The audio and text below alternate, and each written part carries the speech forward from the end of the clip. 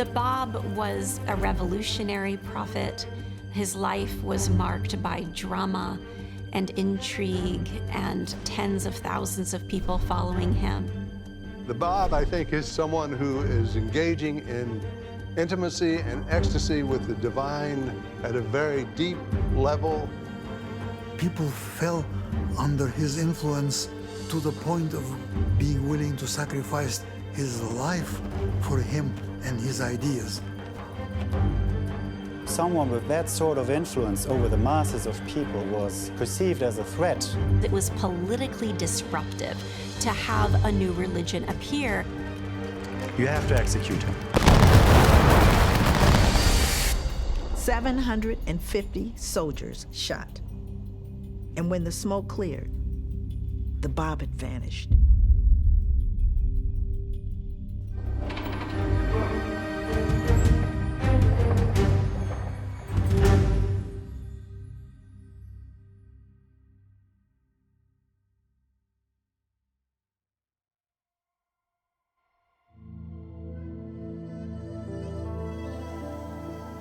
All major religions have prophecies of a promised one who will usher in a golden age.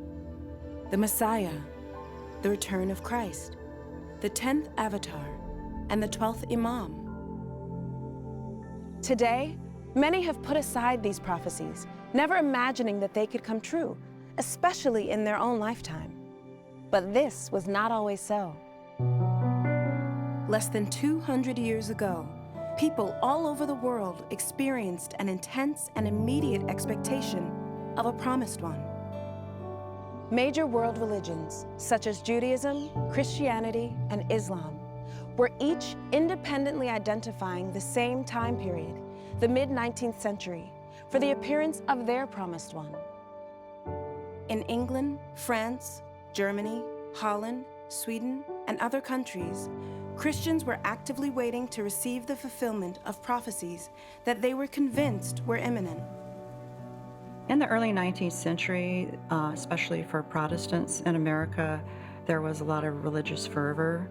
Revivals were being preached in churches, out in the fields, and in these revivals, people were hearing that Jesus Christ would return again and that the world would be purified by fire. At that time, a man named William Miller became convinced that the second coming, or second advent of Jesus Christ, could be calculated to the day and set out to prove it. William Miller went through the Bible meticulously, and he matched historic events that had already happened with prophecies in both the Old and the New Testaments. And to his great surprise, he discovered, first of all, the first advent was there, prophesied in the Old Testament, and then that the second advent was coming. He compared the prophecies with actual historical events that seemed to fulfill prophetic promises, and computed very rationally the date when all the prophecies would be fulfilled. Thousands of people believed that Miller was right and flocked to what became the American Adventist movement, convinced that Jesus Christ would return on a specific day in 1844. One can imagine the heightened expectation of people, both the excitement and the fear of what was coming. The farmers stopped farming their fields. They didn't do the harvest. Some people confessed to crimes so that they wouldn't have the crimes on their conscience when Jesus came. People who drank gave up alcohol. People really changed the way of living, ready for this fantastic moment. On October 22nd, 1844, 100,000 followers gathered together in churches, homes, and fields in anticipation of the promised arrival of Jesus Christ.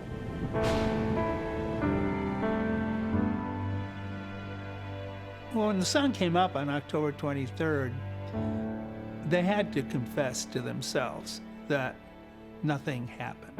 It was terrible. It was really terrible. They were completely distraught and weeping. The day became known around the world as the Great Disappointment. What I find fascinating is that a similar thing was happening in Persia amongst the Shia Muslims. And extraordinarily enough, the year that they were looking at in their calendar was 1260, which is 1844 in our calendar. While Christians in the West were awaiting the return of Christ in 1844, at the same time in the East, Shia Muslims also awaited a divine messenger under a different name, the 12th Imam. They believe that he was in a state of physical concealment. He was alive and present, but he simply could not be seen. They imagined that this 1,000-year-old person would return to the world as an agent of God to bring peace. That he would use the sword to become a political leader and rule over the world with justice. Every Shi'i in mid-19th century Iran, of course, had to believe this. Some of them perhaps hoped it would never happen because it would be a great shakeup, according to the prophecies in the Shi'i holy books. Things would be turned upside down. It wouldn't be business as usual when the hidden Imam comes back. Yes, justice would be established, but many things would change. The Orthodox religious and political leaders of Persia, while they paid lip service to the longed-for advent of the 12th Imam, they well knew that his arrival would signal the end of their power. On the one hand, they have to constantly show reverence towards the 12th Imam. On the other hand, any person, any movement, which in any form or shape makes a claim of being that millenarian realization, they would fight it with all their power and might. One of the Shia Muslims who had been waiting for the 12th Imam in the years before 1844 was a religious scholar named Sheikh Ahmad. He led an independent movement of followers known as the Sheikhis in Persia and Iraq. Sheikh Ahmad gathered around himself students and disciples to prepare the people for the appearance of the Promised One. The growing Sheikhi movement was a direct threat to the traditional clerics. Despite being persecuted, the Sheikhis' innovative and original teachings continued to attract followers. One of these followers was a brilliant scholar named Sayyid Kazem. He succeeded Sheikh Ahmad and greatly advanced the movement in Karbala. But Sayyid Kazem died without naming a successor. Prior to his passing, Sayyid Kazem urged his students to do nothing but to scatter in search of the Promised One, whose appearance was imminent. Another Sheikhi of great significance was a religious cleric named Mullah Hussein. He returned from a special mission to find that Sayyid Kazem had passed. Mullah Hussein returned to Karbala and he inquired as to what Sayyid Kazem's final instructions had been to them. What were his last wishes? And to his amazement, he heard that Sayyid Kazem had stated very clearly to them that upon his passing, they were to do nothing but to scatter in search of the Promised One. Why are you still here? In anger, he turned to his fellow Sheikhis, imploring them to do as Sayyid Kazem had demanded. Mullah Hussein and a few others determined to carry out their late teacher's dying wish to find the Promised One. He retired to a mosque for 40 days of prayer. Sayyid Kazem had told Mullah Hussein that he would know the Promised One when he delivered, without being asked to do so, a commentary on a chapter of the Quran known as the Surah of Joseph. As if by a magnet, Mullah Hussein says, he is attracted to the city of Shiraz. And there, in Shiraz, something happened that would reverberate across the world. Mullah Hussein arrived on May 22, 1844, and soon noticed a striking young man who wore a green turban, signifying sacred lineage as a descendant of Muhammad. This young man approached him and greeted him so warmly with such courtesy and such dignity, and asked him if he would be a guest in his home. Mullah Hussein was surprised, but accepted the young man's invitation. As they approached the entrance to his home, the youth recited these words. enter therein in peace, secure. After the two men shared refreshments, it was time for evening prayers. I have striven with all my soul. With the youth by his side, Mullah Hussein prayed to God that he had so far failed in his quest to find the Promised One. But he reaffirmed his conviction that God's promise faileth not. He was so focused on his mission that initially he failed to comprehend that the object of his quest was sitting right next to him. After prayers, Mullah Hussein sought to excuse himself, but his host urged him to remain and began questioning him about the prophecies of the 12th Imam. The young man asks Mullah Hussein, "In what way did your master, Sayyid Kazim, describe the Promised One?" The Promised One would be between the ages of 20 and 30. He would be of pure lineage, a descendant of the Prophet Muhammad. He would be completely bereft of any bodily deficiencies, and he would possess innate knowledge. The youth listened to Mullah Hussein's description of the Promised One, and then he said, "Behold, all these signs are manifest in me." Mullah Hussein was somewhat taken aback by this. He was a young man who wasn't even one of the learned class. He was a merchant, and yet he was making these claims. He's faced with this dilemma, could this be? But there was a hesitation because of how weighty this responsibility was, and he began to remember all the things that his teacher had told him about the magnificence, the power, the knowledge of this individual. Then, without being prompted, the youth asserted, "Now is the time to reveal the commentary on the Surah of Joseph." This was the definitive sign Mullah Hussein was waiting for. That it would come from someone who is not trained in the religious sciences and come so automatically like that, out of the blue, must have been overwhelming. Thrilled by the beauty and rapidity of his revelation, Mullah Hussein listened as the youth declared that he was the Bab, meaning the gate, sent by God to usher in a new age for mankind and herald another prophet even greater than he. This was an astounding moment for Mullah Hussein, who found himself realizing that he was indeed in the presence of the Promised One. Throughout the ages, God has sent many divine messengers: Krishna, Abraham, Moses, Zoroaster, Buddha, Jesus Christ, and Muhammad. The arrival of the Bab and his ideas of progressive revelation mark a dramatic departure from traditional Islamic teaching. Traditional Islamic belief has it that Muhammad is the last prophet, so revelation has come to a close, and this will last until the day of resurrection when the world will come to an end. So they had this fixed and unchanging view of religion, as opposed to the Bab's view of religion as an evolution of God's will throughout human history, taking humanity forward. God progressively reveals truth and religion's spiritual guidance to humanity, and that guidance is given to us by teachers or prophets that appear to humankind at different moments in history, who bring teachings that build on each other, are consistent with each other, but are relevant to that time and that culture and that place in which they are given.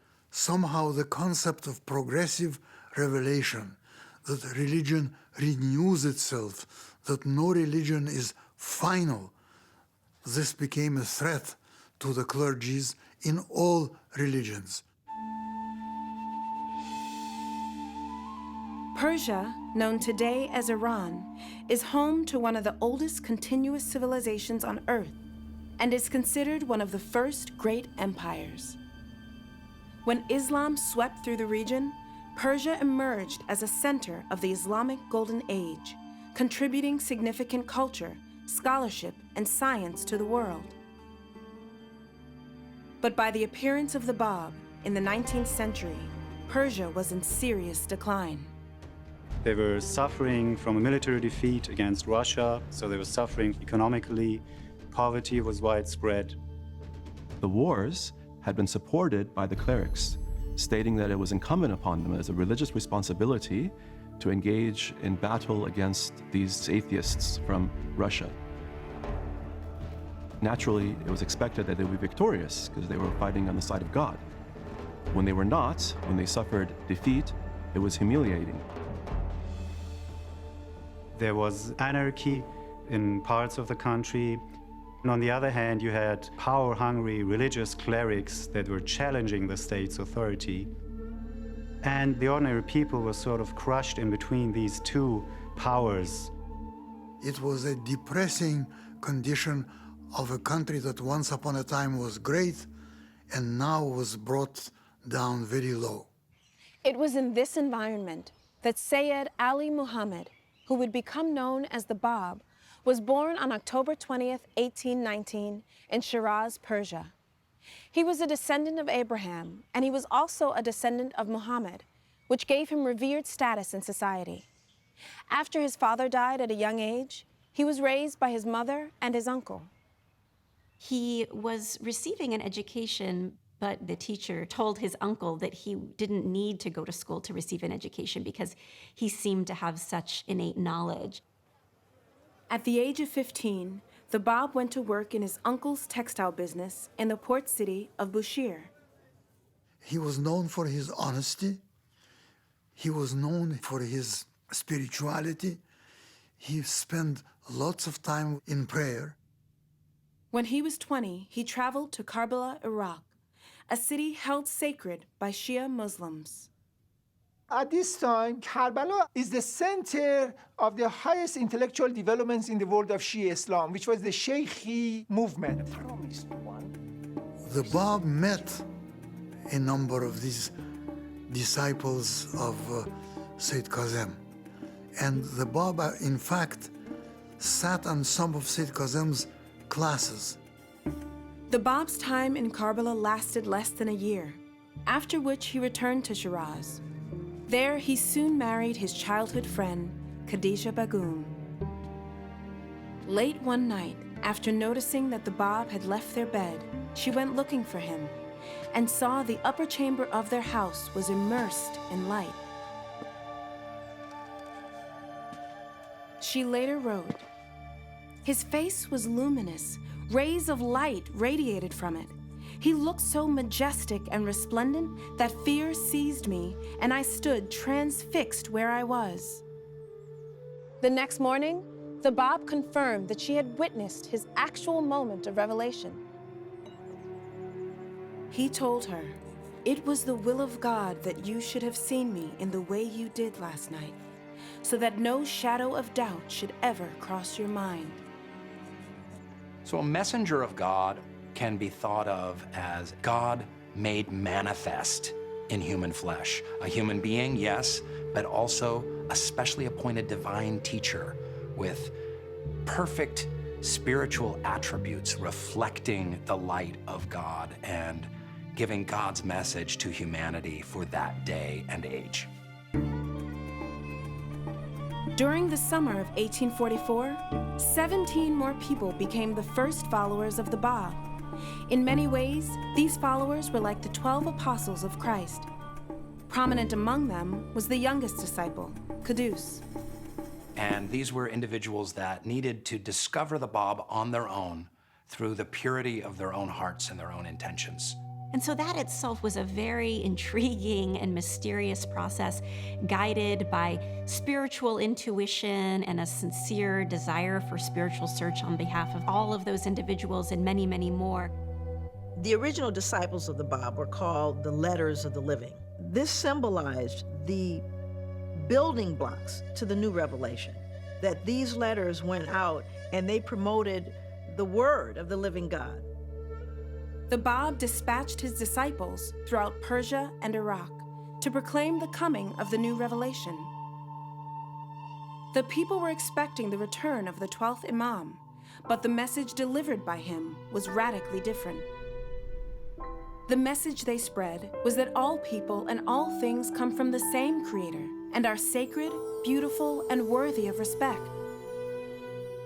It didn't matter if you were a king or a goat herder in the eyes of God. External traits such as race, gender, and nationality are not the true human reality. Instead, each of us are like mirrors reflecting the light of God's revelation. The message of the Bab was a charismatic message, it was a creative message, and it was well received by the society. He reinvigorated the process of religion itself. He taught the purity of religious faith and devotion, that you could pray from your heart, that you could find the truth for yourself. And this was inspiring to the masses. He did what other prophets have done in the past, which is to reveal his claims gradually, because to put forward his full claims immediately would be too shocking for the people of Iran. One of the most significant and dangerous teachings of the Bab was that each person could have their own relationship with God without the direction, mediation, or intercession of a cleric. And in town after town, his disciples found receptive listeners. Historians report that thousands of people accepted the Bab's claims and teachings. In a short period of time, the Babi movement was a significant social movement, spiritual movement in Iran that both the clerics and the state became extremely worried about it. Religious clerics at that time in Persia dominated the landscape. And so understandably, the notion that a prophet of God might be returning was very threatening to them. He's too young. He's not experienced. He doesn't know all the books the way we do. But behind that fear, what happens to us if the hidden imam returns? The whole edifice of Shi'i Islam changes. One of the letters of the living was a remarkable woman named Tahireh. Against the draconian customs of the time, her father allowed her to be educated. She understood from the Holy Scriptures in the Quran that the 12th Imam was going to return. And she heard of something called the Sheikhis. In Karbala, she joined the Sheikhi community to learn more about the quest for the Promised One. She had a dream where the Bab came to her and revealed a dissertation on a very specific theological point in the Quran. Months later, another disciple, Mullah Ali Bastami, came to Karbala to spread the word of the Bab. When Mullah Ali shared certain verses with Tahireh, she had a flash of sudden recognition. These are the exact words he recited in my dream. She was given one of his writings that for her was a confirmation of that dream and that the Bab was the promised one prophesied. She had the depth of knowledge to recognize the Bab was actually claiming to be the revealer of the divine word. In other words, putting forward a claim equivalent to that of Muhammad of starting a new religious dispensation. So she had the spiritual depth to understand that, but also she had the courage to start openly proclaiming it. Tahireh was the only female letter of the living, and the only one not to have met the Bab personally. Upon receiving reports about the success of his disciples, the Bab was ready to take his unique and disruptive message to the holiest site in all of Islam, the shrine at Mecca in Arabia. This pilgrimage to Mecca, a holy journey called the Hajj, is one that all Muslims are asked to perform at least once in their lives. He set out on the voyage by sea with his disciple, Qudus. According to Shia Islam, the 12th Imam would actually go on pilgrimage to Mecca. And during that pilgrimage, he would then announce his new revelation. Pilgrims circle the sacred Kaaba 7 times, speaking the words, "Here I am, O Lord, here I am." The Bab did much more. Grasping the ring on the venerable shrine, he cried out to the encircling crowd, "I am that promised one whose advent you have been awaiting." Then he said it again, "I am that promised one whose advent you have been awaiting." And finally, "I am that promised one whose advent you have been awaiting." Unfortunately, his proclamation was met with deaf ears. It was not acknowledged. The Bab then proclaimed his revelation in a letter to the Sharif, the highest-ranking religious leader of Mecca. He and his message were ignored.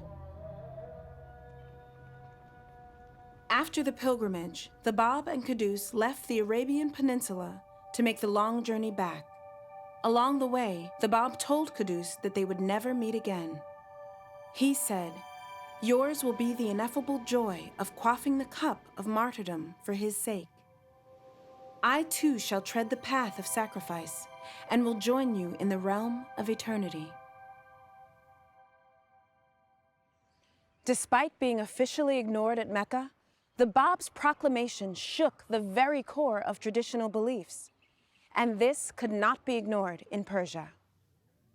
It was politically disruptive to the clerics at that time to have a new religion appear and have beliefs like individual investigation of truth, which means that people hearing their sermons wouldn't simply believe them because they said so, but now have a spiritual obligation to independently read holy texts for themselves and make spiritual decisions using their own conscience.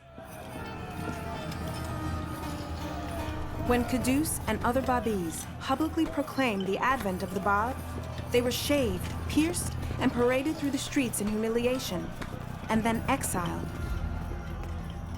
In Shiraz, the governor, Hussein Khan, called for the Bab's arrest as soon as he returned from his pilgrimage. Hussein Khan had ordered the capture of the Bab and sent out a group of soldiers. The Bab anticipated this and, seeing the soldiers in the distance, waited for them and instead offered himself up. And as a result, the soldiers were so affected by the manner of the Bab that they allowed him to lead them out instead. At the governor's palace, Hussein Khan accused the Bab of being a disgrace to Islam. The Bab simply replied by quoting a verse from the Quran, warning against ignorance. This response enraged Hussein Khan. In a fury, he ordered one of his men to strike the Bab in the face. His blow sent his turban flying. And one of the highest-ranking clergymen of the day actually picked up the turban and dusted it off and replaced it on the Bab's head. The Bab was placed under house arrest for most of the next year. But even unavailable to his followers, his message and fame continued to grow. And people from all over the kingdom began flocking to Shiraz to learn more about his teachings, hoping, praying for an opportunity to meet the Bab himself.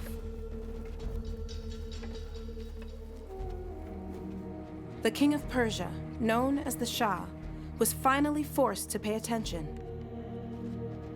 Proceeding cautiously, he sent Vahid, his most trusted scholar, to investigate the cause of the Bab. Vahid is well known for his knowledge.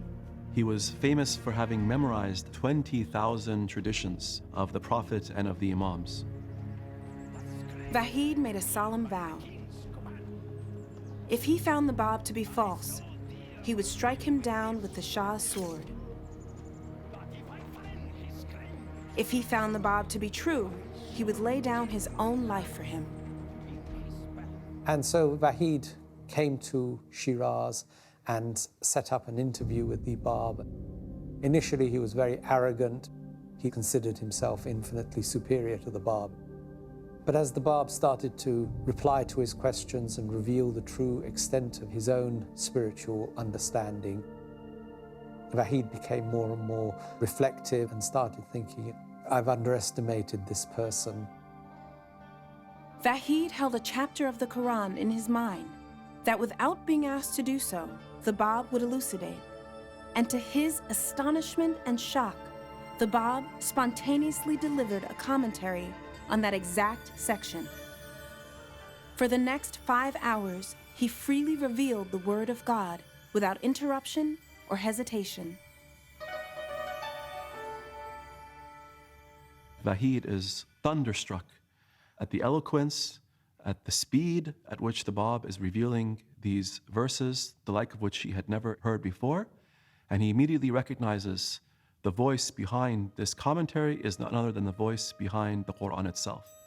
Vahid later wrote, "If all the powers of the earth were allied against me, they would be powerless to shake my confidence in the greatness of his cause."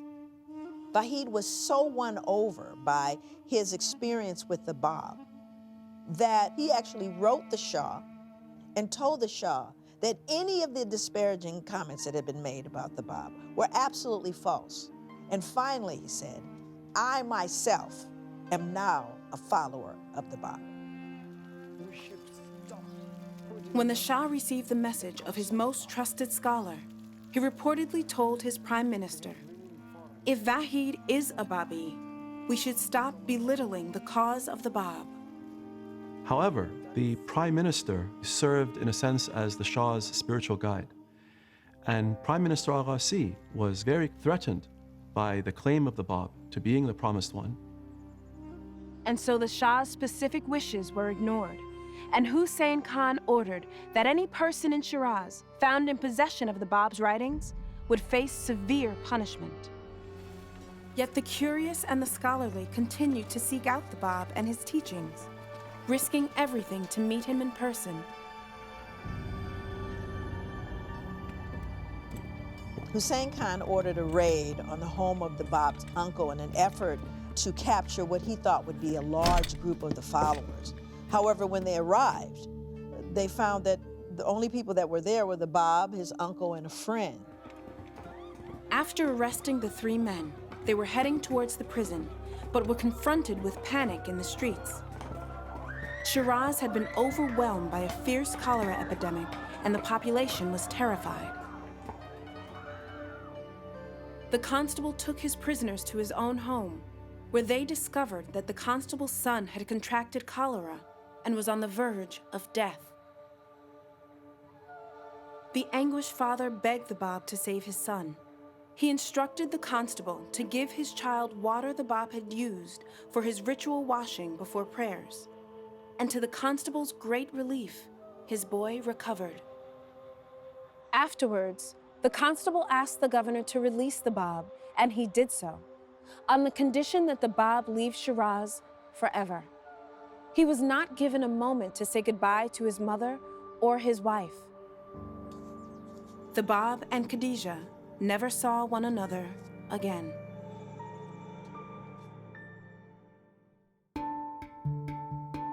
In exile, the Bab decided to go north to Isfahan.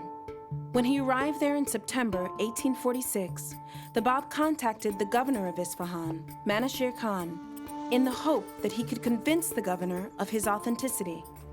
He was a very important, powerful man, at the same time extremely loyal and trusted by the king. He was listened to by everybody except a small group of particularly obdurate clerics. He was from Christian background, so although he acted as a believer in Islam, in his heart he really was not yet truly convinced. Manouchehr Khan wanted to investigate the claims of the Bab, and so he held a number of meetings at which, of course, the clergy was present always.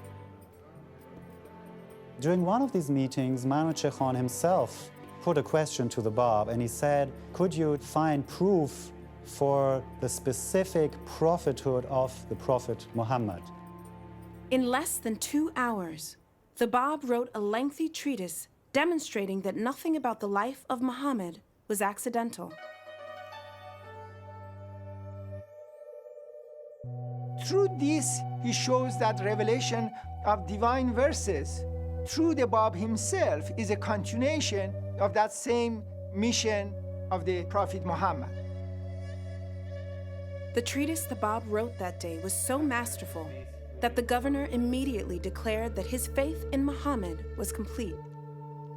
He said, "I testify to my belief in the Bab's superhuman knowledge and power, which no amount of learning can ever impart." Faced with the Bab's superiority, his enemies realized the power they were up against was far greater than they had imagined. Instantly, they understood their inability to challenge the Bab, and so refused to engage with him that day. Manusha Khan realized that because of the opposition now that was arising among the religious leaders, that the Bab's life was in danger. Manashir Khan became increasingly protective of the Bab and offered to donate his substantial wealth to further his cause. But the Bab refused this offer, saying his cause would triumph through the sacrifices of the poor and lowly. He intended to arrange for a meeting between the Shah and the Bab, because the Bab had been asking for this, and the Shah himself had also expressed his wish to meet with the Bab. But it was not to be. Manashir Khan passed away. The Bab's enemies had him arrested and sent to Tehran, the capital city, to face the highest authority in Persia, the Shah.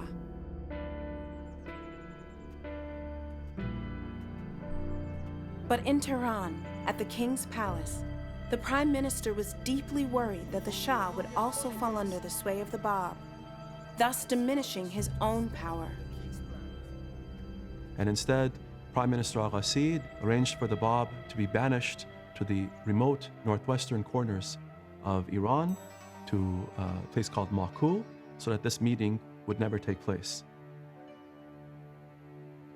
It was hoped to isolate the Bab in this fortress and in that way to cut off the Bab from his followers. But the long journey took the Bab through the city of Tabriz, and it was there, reminiscent of the triumphant entrance of Jesus into Jerusalem, that the streets were filled with the curious and the devoted alike, all cheering and struggling to catch a glimpse of the Bab. Even the soldiers who escorted him were reported to be visibly overcome with love.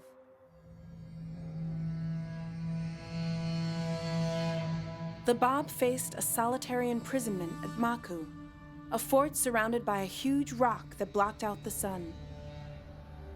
There, shadowy days stretched into long, dark nights. He was denied even a basic lamp for light. Yet he used this time to reveal hundreds of thousands of verses.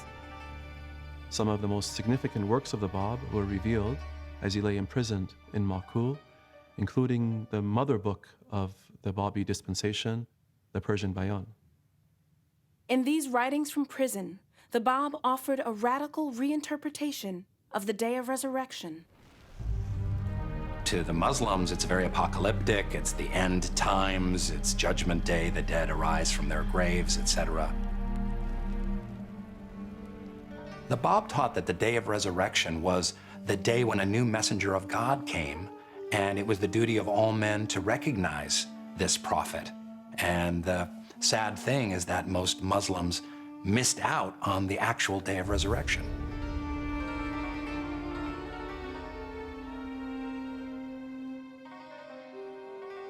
The Bab's definition of resurrection was one of renewal, a time of change, a new revelation, a new truth.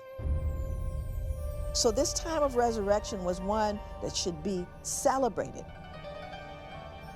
The Bab proclaimed that after him, very soon after him, would appear him whom God shall make manifest, a new divine emissary, a messenger, the Bab said, who would bring a revelation even more potent than the revelation that the Bab himself had brought. Although the Prime Minister was successful at distancing the Bab from his devoted followers, nothing could keep them from him. The hardened warden of Maku, gradually won over by the Bab, was becoming more lenient with his privileges. He allowed the Bab's followers free access to the Bab, and the whole point of the Bab being there, which was to isolate him, was completely lost because there was now free flow of people coming to the Bab and taking the writings of the Bab back to the rest of Iran. People would come to just hear his voice and the sweetness, the melody of his prayers. But back in Tehran, the Prime Minister was infuriated by his inability to suppress the Bab's growing movement or control his own warden. So he sent him to a prison in an even more severe location called Tariq. His plan was unsuccessful, as once again, the new warden was so moved by the Bab that he too discontinued the harsh condition the prime minister had commanded and allowed his followers, hungry for new teachings, to come to him. There was an embrace of modern ideas, such as giving women rights that did not exist in Persian society at the time. So for those who came to accept him and recognize him, this was a time of tremendous joy, tremendous gladness, because it was the fulfillment of their greatest wish to live at a time that witnessed the appearance of one whose expectation had been longed and yearned for centuries. Up to that point, some of the Babis were still thinking that the Babi movement was just a reform movement within Islam, while others were fairly convinced that no, it was an independent revelation. So the Bab issued a call to all of his leading disciples, wherever they were in the country, to come to a place called Badasht. The Conference of Badasht was a really significant period in the revelation of the Bab. While he himself was not present, this represented a chance or a time for those who followed him, his disciples, to independently carry the religion forward. The conference was attended by nearly all of the Bab's key disciples, including Tahirih and Mirza Hussein Ali, who would later play a much greater role in the movement when he became known as Baha'u'llah, the glory of God. The announced purpose was figuring out how to free the Bab from imprisonment. But the real purpose was to announce that the Babi faith was a revelation from God, and to announce the annulment, therefore, of the previous revelation, which included the laws that Muhammad had revealed in the Quran. Because people were not ready, including even the elites of the Babi, this dramatic event, turning point, had to be presented with wisdom. So the leading disciples conceived of a plan that would gradually lead the entire conference to the conclusion that this was, in fact, a new religious dispensation. But even they were in for a shock. Tahirih entered the tent, unveiled. It was absolutely shocking. It was a revolutionary act for a woman to reveal her face in the company of men. It was considered a sin just to look at a woman's shadow, and so to look at her face was considered an abomination. And for her to appear like that shook the faith of the people who were in the room. One man even tried to cut his throat. He was so alarmed by this happening. So even though they'd been led to the point of accepting that this was a new revelation, they were not expecting it to be a complete break with the norms of their own culture. She was making a point that the equality of men and women was now a reality thanks to the teachings of the Bab, and we were no longer going to do things in the old manner. The Babi faith from that moment on was a distinct faith from Islam and abrogated the laws and the practices of Islam, following only then the laws and practices of the Bab. The public proclamation of a new religion was grounds for a charge of heresy. So, in July of 1848, the Bab was summoned to Tabriz to stand trial before a group of hostile clerics and the crown prince of Persia. They questioned the Bab about his teachings and admonished him to recant his claims. This was a mock trial. It was an attempt to ridicule and humiliate the Bab. The questions that were posed to him were entirely of a trivial nature. They had objections to the Bab's answers, and it became increasingly undignified as these clerics became more and more agitated and started abusing the Bab verbally. And then came the most important question of all, and his answer. Whom do you claim to be? And his response was, I am the promised one. I am the one whose name you have for 1,000 years invoked. But they didn't believe him and demanded he perform a miracle. The Bab replied that he had already performed the same miracle as the Prophet Muhammad, the revelation of the Word of God.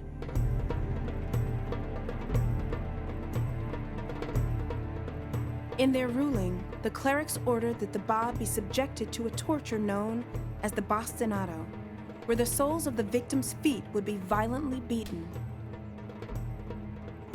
The great irony of religious history is that the very first people to attack the new prophet are the followers of the old prophet, or let's say the clergy.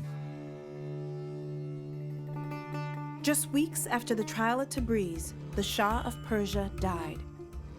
Upheaval erupted across the kingdom.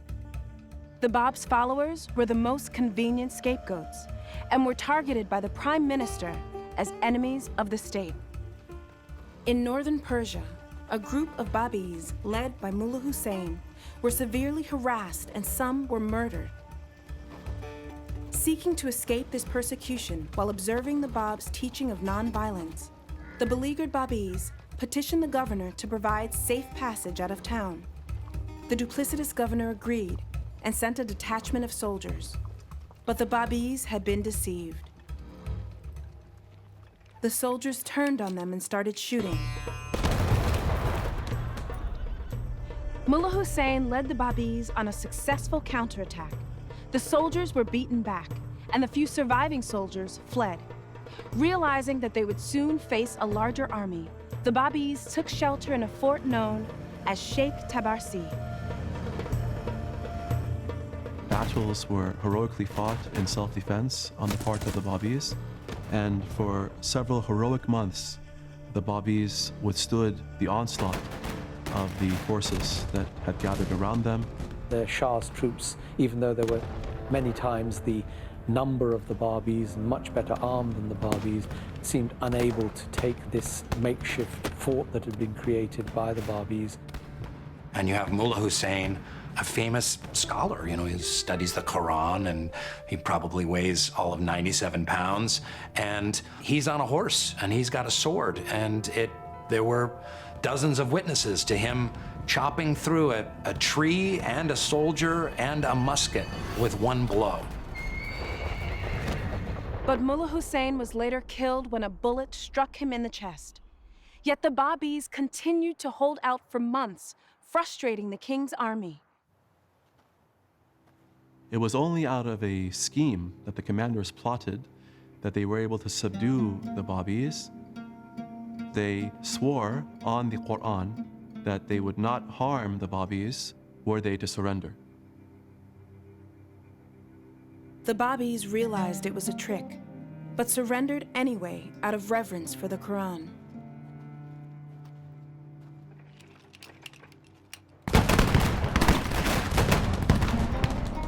The commander attacked them, killed many of them and captured other ones, and all the ones that were captured were also eventually put to death. Qudus was one of the few survivors of the Fort Tabarsi massacre. His story is a brutal example of the cruelty of those who opposed the new faith. Stripped of his clothes and chained, he was paraded through the streets in an eerie reenactment of the Passion of the Christ. The howling mob shouted curses and spat upon him. Finally, his body was pierced, mutilated, and burned.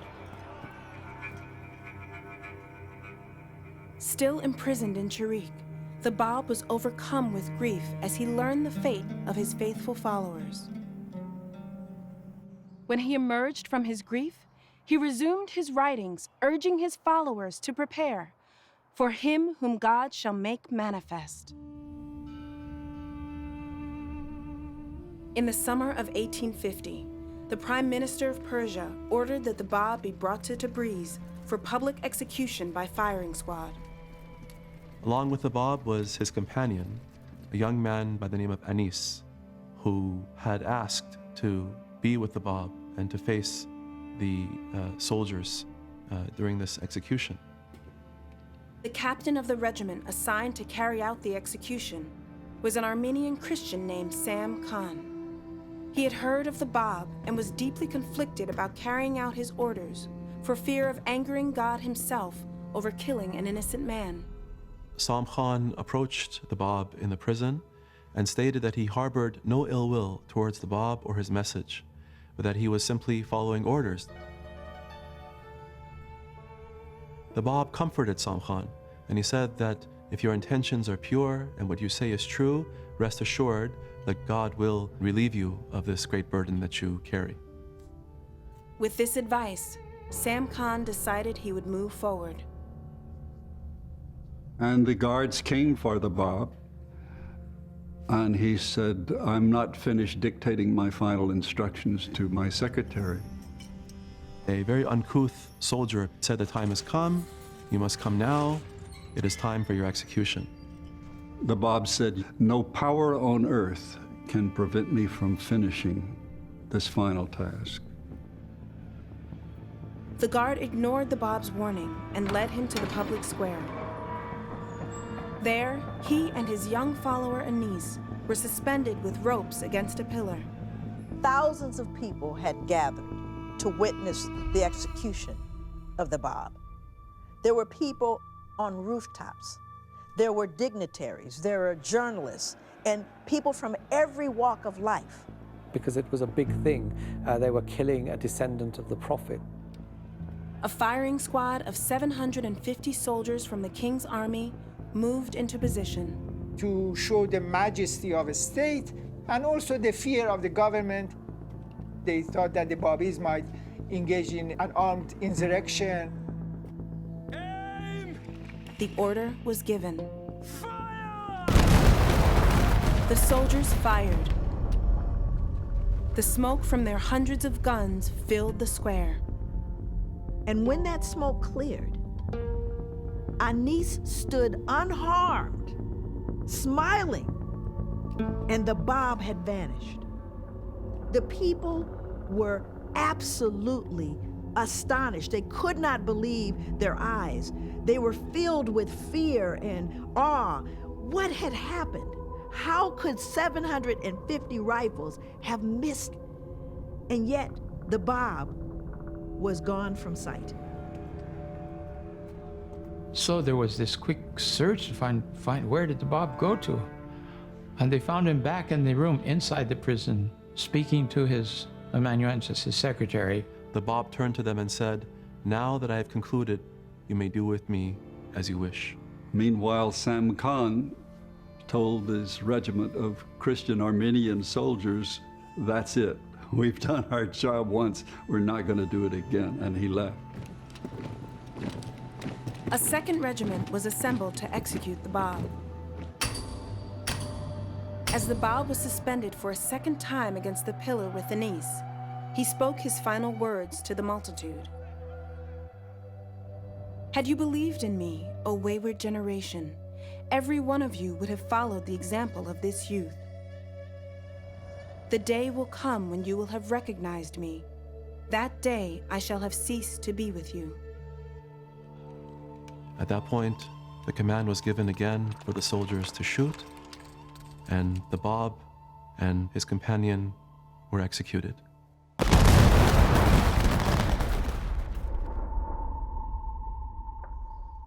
The Bab's body was shattered by the bullets, except for his face, which mysteriously remained untouched.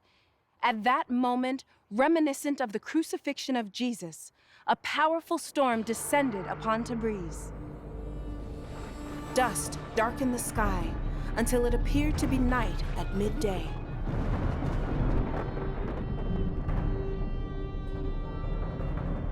There are many accounts of what happened that day, including from government sources. They differ in some details, but the one fact on which they all agree is that the first volley fired by the Christian regiment missed the Bab completely. The Bab consistently reject their miracles as the proof of the truth of the Prophet of God. But the Bab goes further than this. He forbids his followers to attribute any miracle to him. And therefore, the final event in the life of the Bab is not defined as a miraculous event, yet there is really no plausible explanation for that. And therefore, it remains a mysterious event in the sacred history of the world.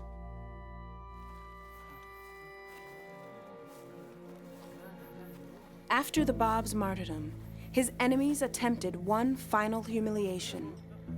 His remains were thrown next to the moat outside the city wall to be eaten by animals. But his followers were able to steal them away in the middle of the night. His remains were kept hidden for 59 years. But in 1852, 2 years after the martyrdom of the Bab, a group of Babis, still reeling from the murder of their prophet, attempted to assassinate the Shah of Persia. The plan was bungled. The Shah survived. The new prime minister ordered an all-out assault against the Babis, killing thousands. Tahirih was also arrested and confined in Tehran, where she received a letter from the young Shah. He wanted her to desert the cause of the Bab. Become a traditional Muslim again, he offered, and I will marry you. Then you will have all that you desire. But Tahirih rejected the Shah's proposal. She had a dream about the fact that she was executed.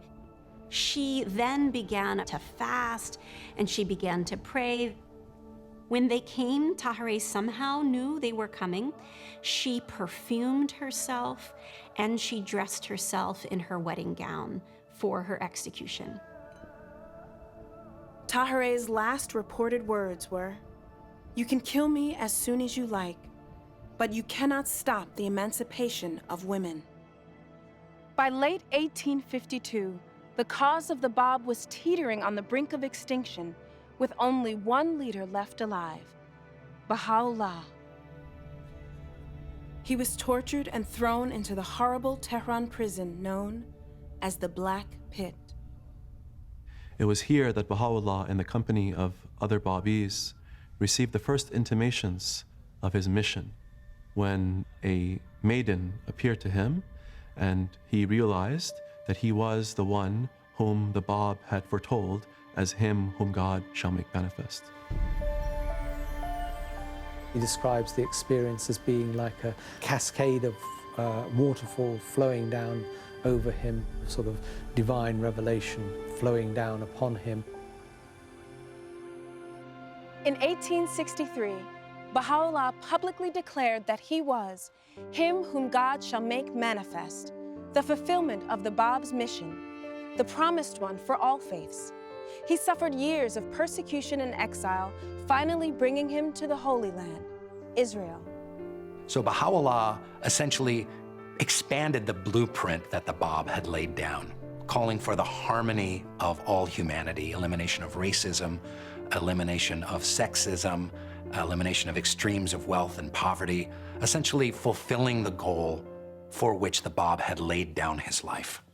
Baha'u'llah instructed that the Bab's remains be brought here, to Haifa, where a shrine for him was constructed. Today, the earthly remains of the Bab rest under a stately golden dome, bathed in the light he was so callously denied during his brief ministry.